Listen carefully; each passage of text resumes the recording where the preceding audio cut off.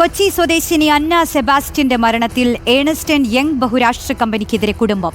മാനസിക സമ്മർദ്ദം, അവധിയില്ലാതെയുള്ള ജോലി, ഉറക്കമില്ലായ്മ, ഭക്ഷണം ലഭിക്കാത്ത സാഹചര്യം തുടങ്ങി അന്ന നേരിട്ടത് മനുഷ്യത്വരഹിതമായ തൊഴിൽ പീഡനമെന്ന് അച്ഛൻ റിപ്പോർട്ടറിനോട് പറഞ്ഞു. ഓഗസ്റ്റ് 14 അവളുടെ ബർത്ത്ഡേക്ക് ഇവിടെ കാണുമെന്ന് പറഞ്ഞാൽ സ്ഥലങ്ങളിൽ ഞങ്ങൾ ഇതിനാണ് ജൂലൈ 7. ബഹുരാഷ്ട്ര കമ്പനിയായ ഏണസ്റ്റ് ആൻഡ് യങ്ങിന്റെ പൂനെ ഓഫീസിൽ ഇക്കഴിഞ്ഞ മാർച്ച് 19 കൊച്ചി സ്വദേശി അന്ന സെബാസ്റ്റ്യൻ ജോലിക്ക് കയറിയത്. 4 മാസങ്ങൾക്കകം അമിതമായ ജോലിഭാരം കാരണം അന്ന കുഴഞ്ഞു വീണു മരിച്ചു. അന്നയുടെ മാതാവ് അനിത അഗസ്റ്റിൻ കമ്പനിയുടെ ഇന്ത്യൻ മേധാവിക്ക് അയച്ച കത്ത് പുറത്തു വന്നതോടെയാണ് തൊഴിൽ പീഡനമാണെന്നത് പുറത്തറിയുന്നത്.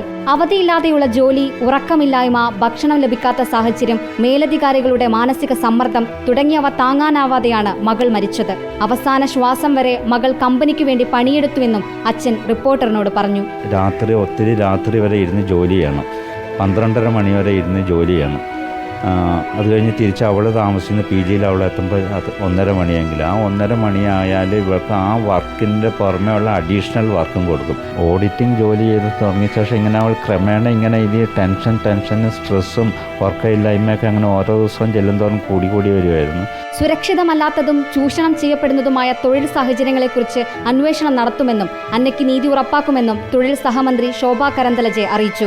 ഇതിനു പിന്നാലെ അന്നയുടെ സംസ്കാര ചടങ്ങുകൾക്ക് പോലും വീട്ടിലെത്താത്ത EY കമ്പനി അധികൃതർ അന്നയുടെ വീട്ടിലെത്തി മാതാപിതാക്കളെ കണ്ടു. പൂനെയിലെ സീനിയർ മാനേജർ അടക്കമുള്ള സംഘമാണ് ഇന്ന് കൊച്ചിയിലെ വീട്ടിലെത്തി മാതാപിതാക്കളെ കണ്ടത്. എന്നാൽ അന്ന സെബാസ്റ്റ്യന്റെ മരണത്തിൽ മുൻ സഹപ്രവർത്തകരുടെ എക്സ്പോസ്റ്റുകളും ഇപ്പോൾ ശ്രദ്ധേയമാവുകയാണ്. കത്തിൽ ചിത്രീകരിച്ചതിനേക്കാൾ മോശമാണ് കമ്പനിയിലെ അവസ്ഥയെന്നാണ് ആരോപണം. റിപ്പോർട്ടർ, കൊച്ചി.